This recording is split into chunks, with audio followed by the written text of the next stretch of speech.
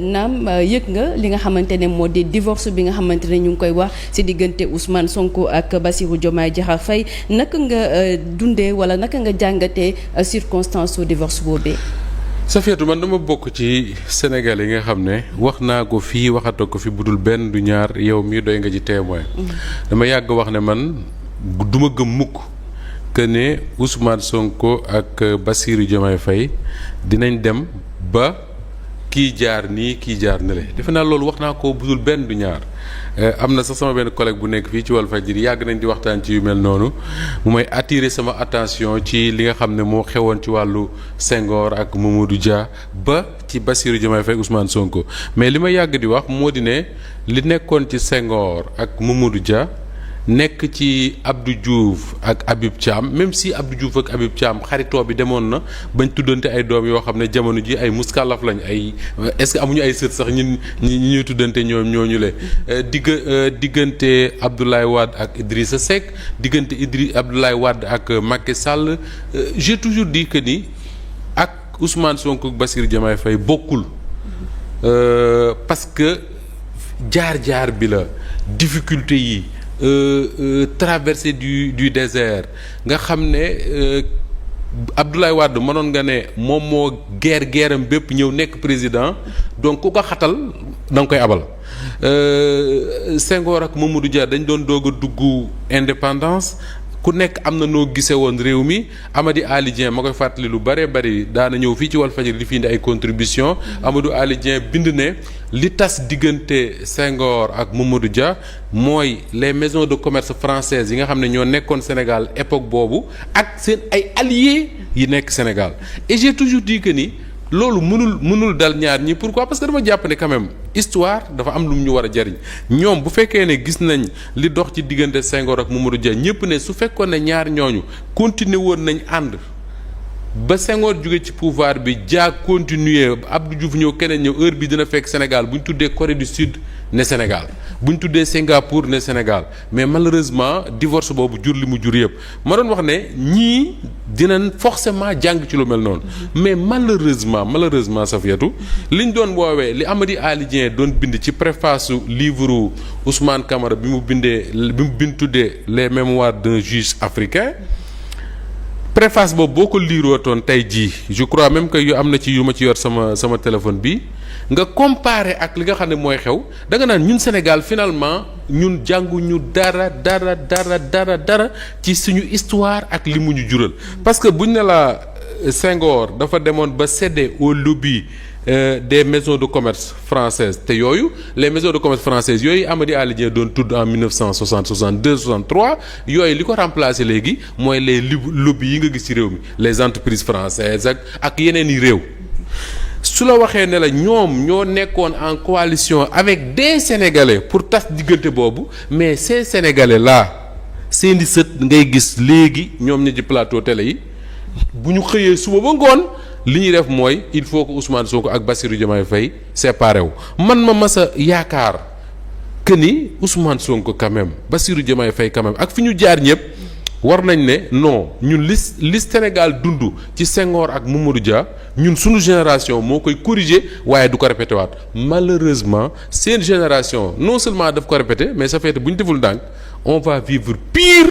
que li nga xam ne moom la ñu dundoon ci Senghor ak Mamadou Dia parce que ak Senghor ak Mamadou Dia il a fallu ñu jël presque 60 ans pour se relever de ça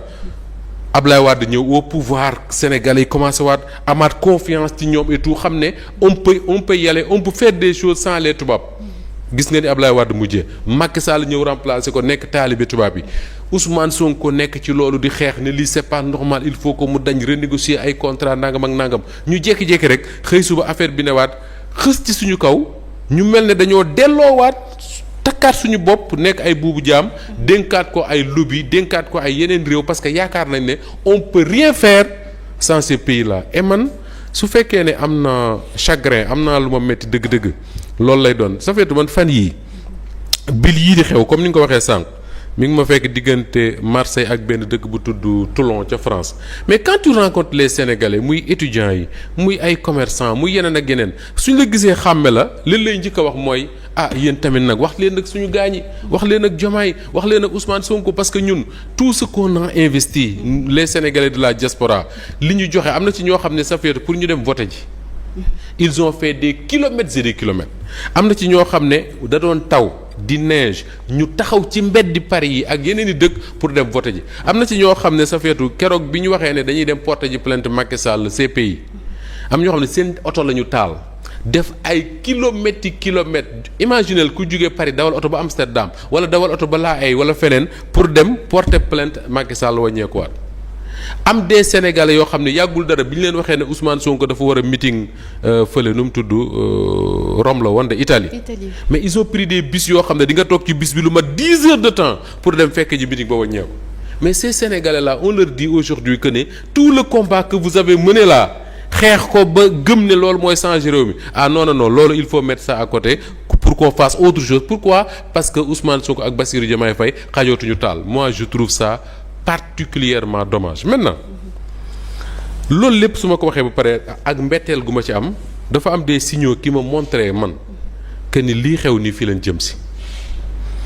ça fait ay weer ça fait ñuy live fii man ak yow chaque semaine may wax ne defe naa sax am na bu ma ci mujj bind doon naa wax ne Ousmane Sonko Bassirou Diomaye Faye ressaisissez-vous pendant qu'il est encore temps bu ma koy wax fii defe naa bu ma tee 3 ou 4 semaines ci la yam fii laa ko bindee woon pourquoi à l'époque parce que man yàgg naa dégg ay jafe-jafe di am na ci diggante ñaan gis nga jour bi Ousmane Sonko demee Assemblée nationale mu dajee ak le coup d'état bi amoon Guinée Bissau est-ce que yaa ngi ko fàttaliku biñ ne président ba dañ ko gagné mu fexe ba jox armée ba kii ba dem Ousmane Sonko am na kàddu yu mu ci yëkkati woon ne loolu moom position la en tant que homme politique sénégalais chef d'un parti qui s'appelle le PASTEF mais le président moom la diplomatie c'est son domaine am na neen nu mu ko gisee à l'époque man amoon naa ci lu ma leer naññ comme ni ma leere ne caméra laa jaakaar lool que ne Bassirou Diomaye Faye wax jooju neex ko dara moo tax keroog bi ñu waxee ne Ousmane Sonko dem na Assemblée nationale le vendredi man fekkuma Sénégal mais seetaan naa ko bi ma seetaanee Ousmane Sonko moo ko pare wax ci affaire fonds politique yi parce que man les fonds politiques man mii maa ko laaj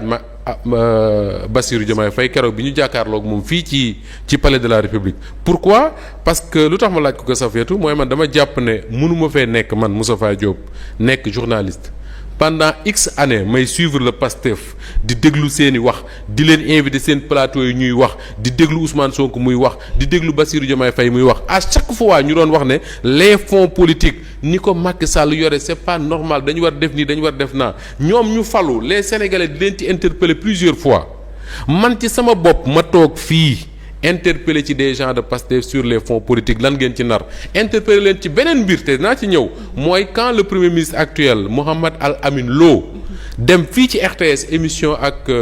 Oumar Gningue wax leen ne wax nga ko ne ko Sénégal ni ñuy fayee salaire ci réew mi c'est pas normal il faut ñu defar li ñuy tuddee rebasing salarial mooy maanaam xoolaat salaire yi parce que ay DG yu am ay x millions ay ministres yu am ay x millions loolu dañ ko war a xoolaat ndax fi jafe-jafe réew mi toll Ousmane Sonko dem assemblée ne danañ tas ay agence nangam ak nangam man plusieurs fois toog naa fii di ci attirer seen attention lan moo tax defuñu ko ñuy layam comme disait Dame Mbodj mais loolu man su ma amee occasion jàkkaarloo ki nga xam ne mooy ndeyu mbili gi moo jiite loolu lépp muy le président de la République mais su ma ko laajul ba génn ñibbi sama kër du ma nelaw je lui ai demandé et quand il a donné sa réponse dama ne tekk déglu ko mu wax ba pare le vendredi bi Ousmane Sonko demee Assemblée nationale waxaat ci les fonds politiques wax ci loo xam ne man xaw ma ko woon parce que je savais pas que ni Ousmane Sonko interpellé na ci le chef de l'État avant man ma koy def en tant que journaliste je savais pas que ni Guy Marius Sagna interpellé la leen ci avant moom le député avant man le journaliste ma koy def laa ne coowal fonds politique yii